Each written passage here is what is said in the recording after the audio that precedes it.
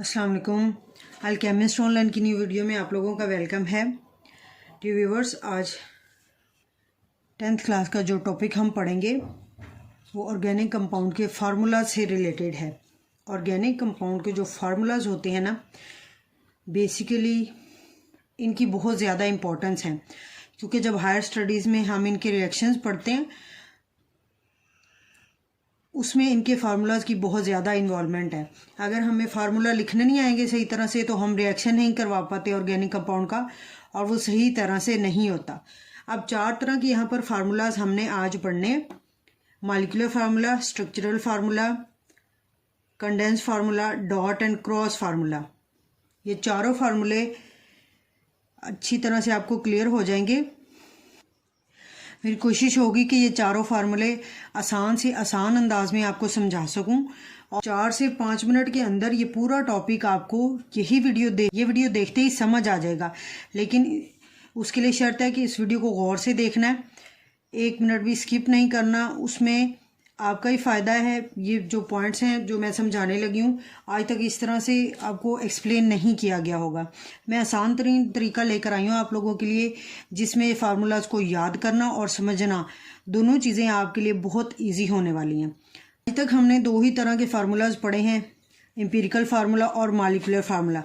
जैसे sodium chloride है, इसका यही मॉलिक्यूलर फार्मूला भी है, एम्पिरिकल फार्मूला भी है।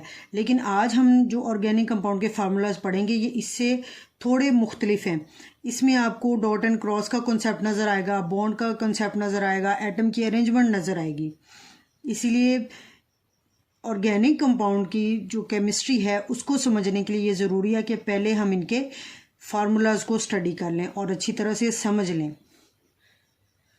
चलिए अपना टॉपिक स्टार्ट करते हैं। सबसे पहला जो फार्मूला है वो है मॉलिक्यूलर फार्मूला। मॉलिक्यूलर फार्मूला जैसे कि नाम से जाहिर है कि ऑर्गेनिक कंपाउंड के एक मॉलिक्यूल का जो फार्मूला होगा उसको हम मॉलिक्यूलर फार्मूला कहेंगे। और ये मॉलिक्यूलर फार्मूला क्या बताता है हमें? ये बताता है number of atoms present in 1 molecule of organic compound, यानी कि ऑर्गेनिक कंपाउंड के एक मॉलिक्यूल के अंदर कितने एटम की तादाद होगी, एटम के कितने नंबर ऑर्गेनिक कंपाउंड के एक मॉलिक्यूल में मौजूद होंगे, वो उस फार्मूला बताएगा। मॉलिक्यूलर फार्मूला फिर से सुन लें, क्या बताता है हमें? किसी ऑर्गेनिक कंपाउंड के एक मॉलिक्यूल में मौजूद एटम की तादाद को बताता है कि एटम का नंबर क्या है। आपने जो ऑर्गेनिक कंपाउंड लिया है उसके एक मॉलिक्यूल के अंदर मौजूद एटम का नंबर क्या है। फॉर एग्जाम्पल, ब्यूटेन है आपके पास, ये एक ऑर्गेनिक कंपाउंड है, इसका नेम है। इसका जब हम फार्मूला लिखते हैं इस तरह से लिखते हैं C4H10, ये इसका मॉलिक्यूलर फार्मूला है। ब्यूटेन के मॉलिक्यूलर फार्मूला को देखकर आपको पता चलता है कि इसके अंदर कौन सी एटम है। मॉलिक्यूलर फार्मूला हमें 2 चीज़ें बताता है कि किसी मॉलिक्यूल के अंदर एटम कौन से हैं और उन एटम की तादाद कितनी है। यहाँ पर देखें तो कार्बन के एटम्स हमें पता चल रहा है कि ब्यूटेन के अंदर कार्बन और हाइड्रोजन 2 एलिमेंट मौजूद हैं। अब इन एलिमेंट के साथ हमें यह भी पता चल रहा है कि कार्बन के 4 एटम मौजूद हैं और हाइड्रोजन के 10 एटम मौजूद हैं। इस तरह से ब्यूटेन का ये जो मॉलिक्यूलर फार्मूला है ये हमें एटम की तादाद के बारे में बता रहा है कि ब्यूटेन का एक मॉलिक्यूल जो होगा वो बनेगा 4 कार्बन एटम और 10 हाइड्रोजन एटम के मिलने से। ये तो हो गया मॉलिक्यूलर फार्मूला। दूसरी तरह का जो फार्मूला है, सेकंड टाइप जो है फार्मूले की, वो है स्ट्रक्चरल फार्मूला। स्ट्रक्चरल फार्मूला नाम से जाहिर है कि ये स्ट्रक्चर को बयान करेगा, यानी कि किसी मॉलिक्यूल की साख्त बताएगा। अब साख्त क्या होती है? साख्त असल में होती है कि एटम की अरेंजमेंट का हमें पता हो। स्ट्रक्चरल फार्मूला हमें बताएगा डिफरेंट एटम्स की अरेंजमेंट एक मॉलिक्यूल के अंदर। मॉलिक्यूल के अंदर क्या होते हैं जी? एटम्स। मुख्तलिफ एटम, मुख्तलिफ एलिमेंट के एटम से मिलकर एक मॉलिक्यूल बनता है। ये तो अंडरस्टूड बात है, कॉमन सेंस की बात है कि मॉलिक्यूल के अंदर कई तरह के एटम हो सकते हैं। 1 हो सकता है, 2 हो सकते हैं, 3 हो सकते हैं।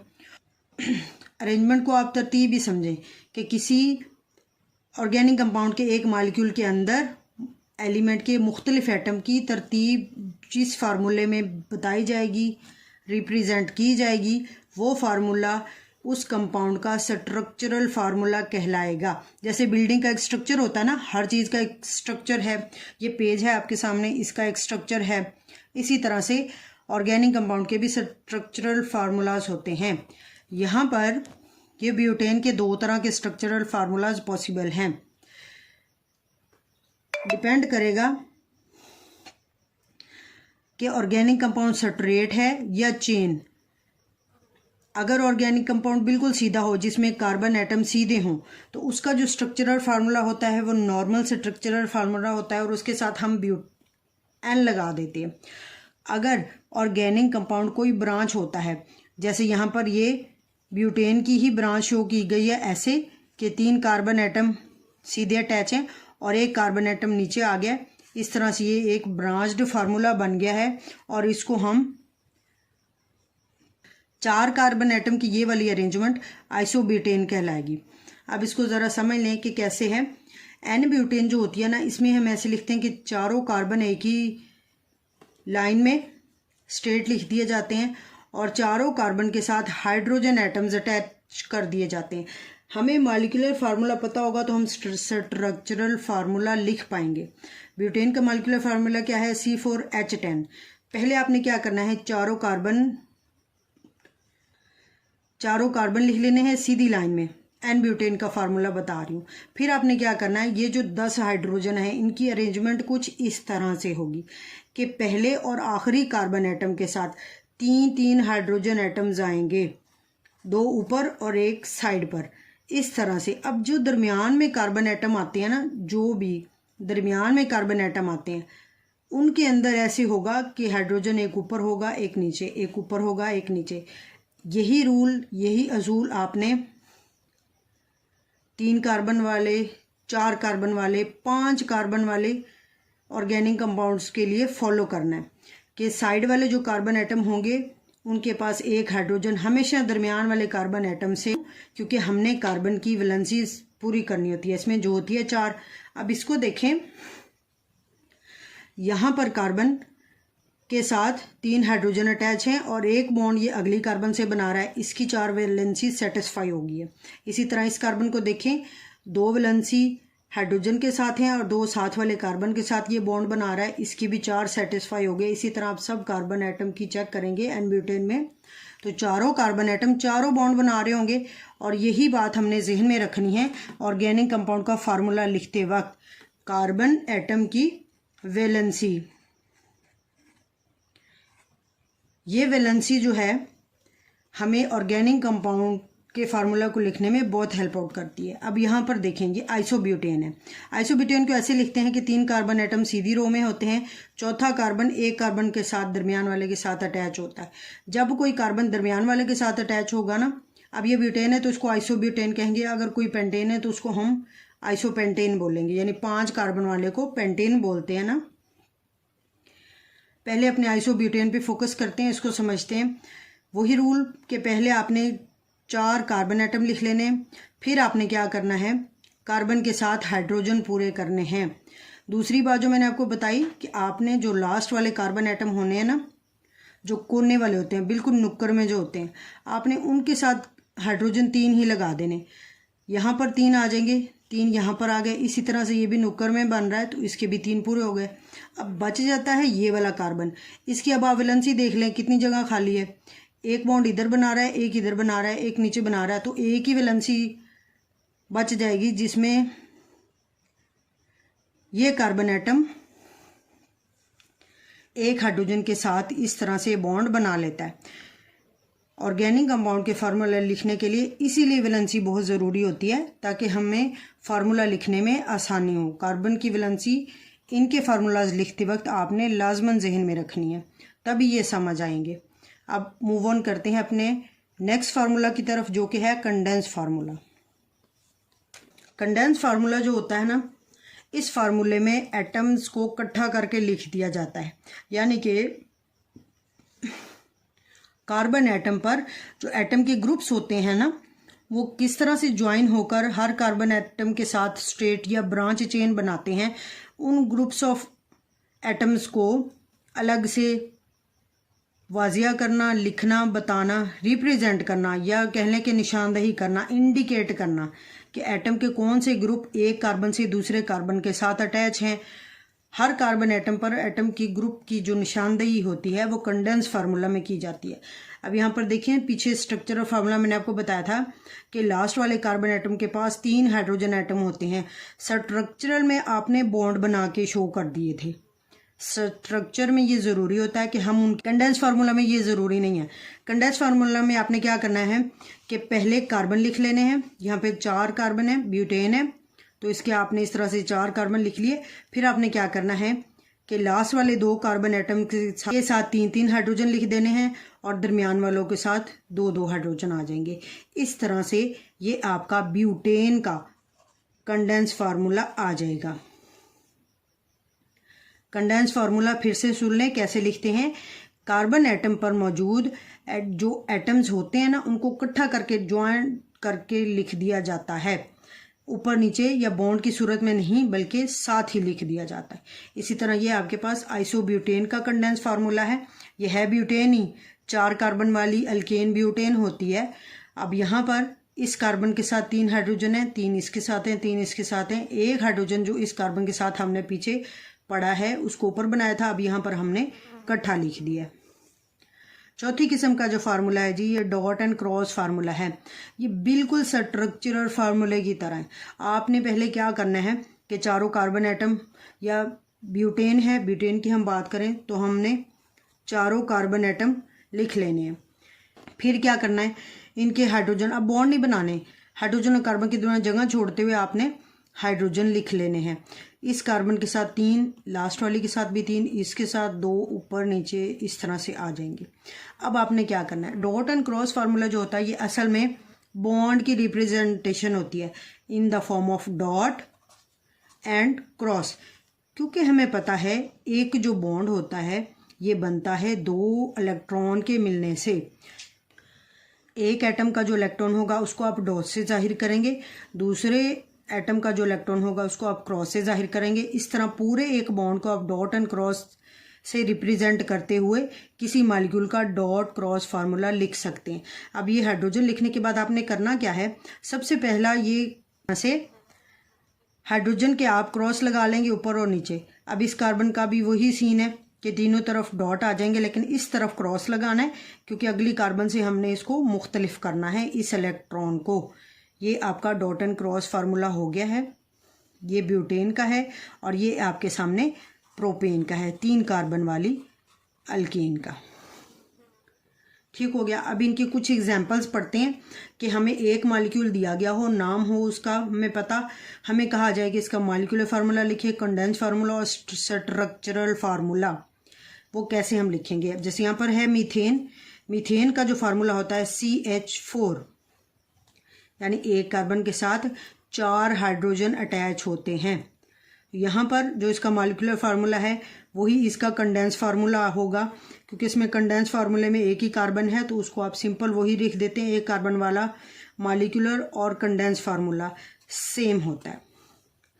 अब आ जाएं इसके स्ट्रक्चरल फार्मूले की तरफ। क्या होगा जी, कार्बन दरमियान में और चारों तरफ इसके हाइड्रोजन अटैच होंगे। इस तरह से ये मीथेन का स्ट्रक्चरल फार्मूला आ जाता है। डॉट एंड क्रॉस भी ऐसे ही, इसको हटा के आप डॉट एंड क्रॉस लगा दें। अगली एग्जांपल की तरफ मूव करते हैं।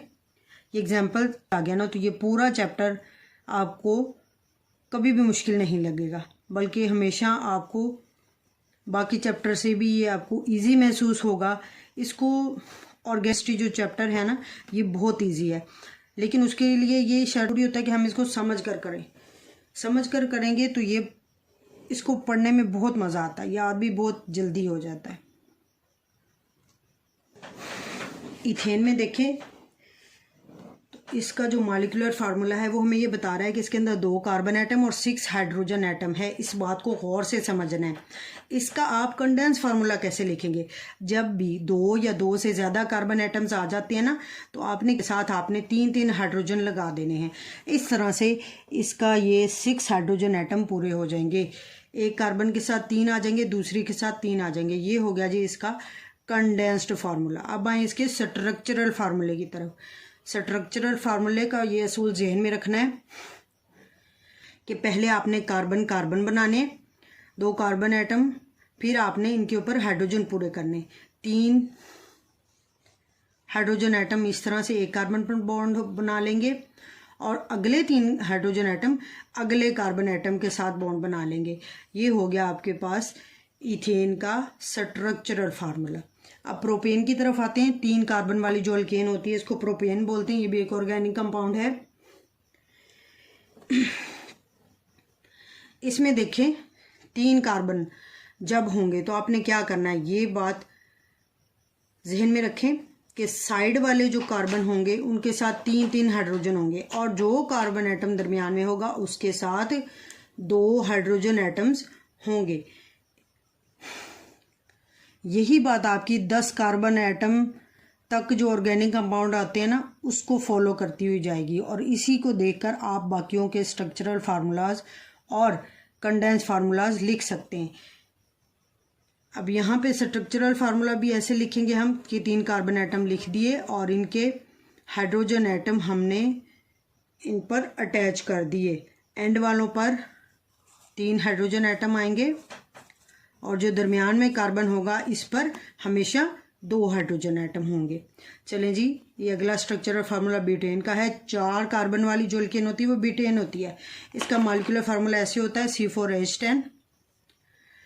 अब बात करें इसके कंडेंस फार्मूले की। कंडेंस फार्मूला आप ऐसे लिखेंगे, सबसे पहले आपने लास्ट वाले कार्बन लिख लेने CH3 दरमियान में कितने बन जाते हैं, दरमियान में 2 कार्बन एटम बच जाते हैं। उनके साथ आपने हमेशा 2-2 हाइड्रोजन एटम ही लगाने हैं। इस तरह से आप ब्यूटेन का formula CH3 CH2 CH2 CH3 इसको लिख पाते हैं। लेकिन अगर ये फार्मूला आप इस तरह से लिखें ना तब भी ठीक है कि आप जो CH2 है इसकी ब्रैकेट डाल के 2 लिख दें। अब ये 2 का क्या मुराद है जी, 2 से ये मतलब है कि ये इस मॉलिक्यूल के अंदर CH2 के 2 ग्रुप हैं। अब ये ब्यूटेन है 4 कार्बन वाली, ये जहन में रखना है। अगर इससे अगली आएगी पेंटेन तो उसमें ये इथाइल मिथाइल ग्रुप 3 हो जाएंगे। ये 2 की बजाय 3 हो जाएगा। 6 कार्बन वाली जो होगी हेक्सेन उसमें ये 4 हो जाएगा। इस तरह से सोन चलता हुआ 10 तक चला जाएगा। अब इसका स्ट्रक्चरल फार्मूला देखें। 4 कार्बन एटम पहले बना लेने हैं, आखिरी कार्बन एटम्स के साथ 3-3 हाइड्रोजन लगा देने और जो दरमियान वाले होंगे इनके साथ आपने 2-2 हाइड्रोजन एटम लगा देने हैं। अब पेंटेन का मैं आपको बना के दिखाती हूँ। इसका जो मॉलिक्यूलर फार्मूला होता है C5H12 होता है। अब इसका हम कंडेंस फार्मूला लिखिए। मैंने आपको उसूल बताया था कि पहले आप पहले वाला लिख लें कार्बन, लास्ट वाला लिख लें। 2 कार्बन एटम हो गए, हमने बनाने कितने हैं 5, तो हम दरमियान में 3 कार्बन एटम और अटैच कर देंगे। यानी कि CH2 जो है आपने 3 इकट्ठा लिखने के बजाय आप इसको यूं कर दें कि CH2 के ग्रुप 3 है। ये आपके पास इसका कंडेंस फार्मूला आ गया। अब इस कंडेंस फार्मूले को आप, ये थोड़ा गैप ज़्यादा हो गया, इसको आप यूं लिख लें।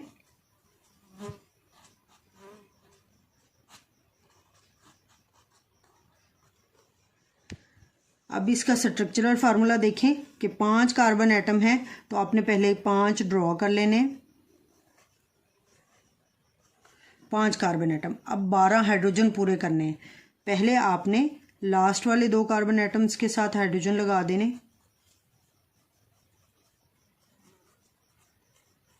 फिर आपने दरमियान वाले के साथ एक ऊपर एक नीचे, एक ऊपर एक, इस तरह से आपने 2 हाइड्रोजन एटम हर कार्बन एटम के साथ, दरमियान वाले हर कार्बन एटम के साथ 2 हाइड्रोजन अटैच करते जाना है और आपका ये वाला स्ट्रक्चर मुकम्मल हो जाएगा। और आपने ये ज़रूर याद रखना है कि कार्बन से कार्बन का बॉन्ड भी बनाना है। कार्बन से कार्बन की चेन नहीं बनेगी तो ऑर्गेनिक कंपाउंड कहाँ से बनेंगे।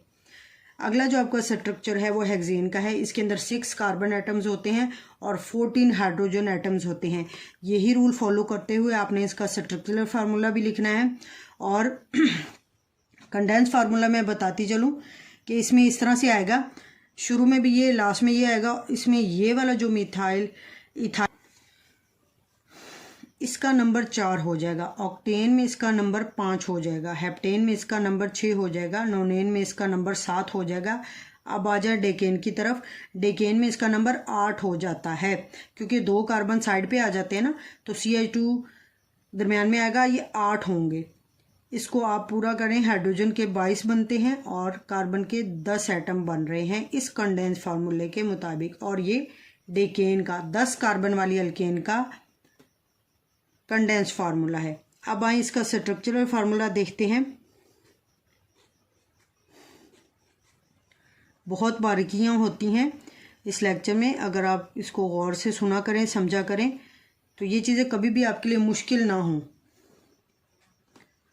पहले और आखिरी कार्बन पर हमने 3-3 हाइड्रोजन अटैच कर दिए और दरमियान वालों पर वही रूल फॉलो करते हुए जो मैंने पहले बताया आपको लेक्चर के शुरू में, आपने इनके साथ हाइड्रोजन एटम लगा देने हैं।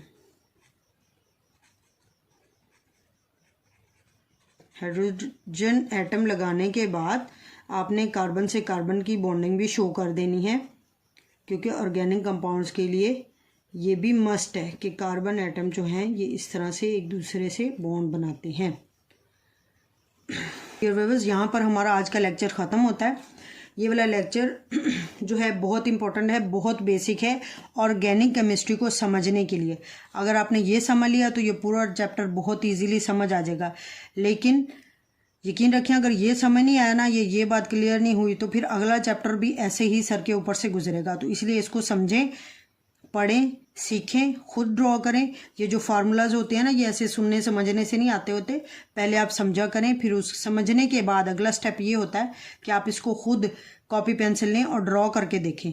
जब आप स्ट्रक्चर केमिस्ट्री के स्पेशली जो फार्मूले होते हैं और जो स्ट्रक्चरल फार्मूलाज हैं स्पेशली ऑर्गेनिक कंपाउंड्स के, ये जब तक आप ड्रॉ नहीं करेंगे, आप इसको अपने हाथ से प्रैक्टिस नहीं करेंगे, ये चीज़ें आपको जो है याद नहीं होंगी। समझ आ जाएंगी, समझ तो चीज़ें इजीली आ जाती हैं, लेकिन जब हम कोशिश नहीं करेंगे तो फिर उसका कोई रिजल्ट नहीं मिलता।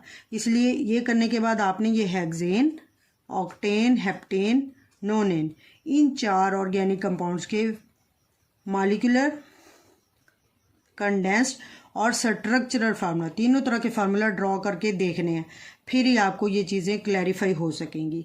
अपना ख्याल रखें। Thank you so much. अल्लाह हाफिज़।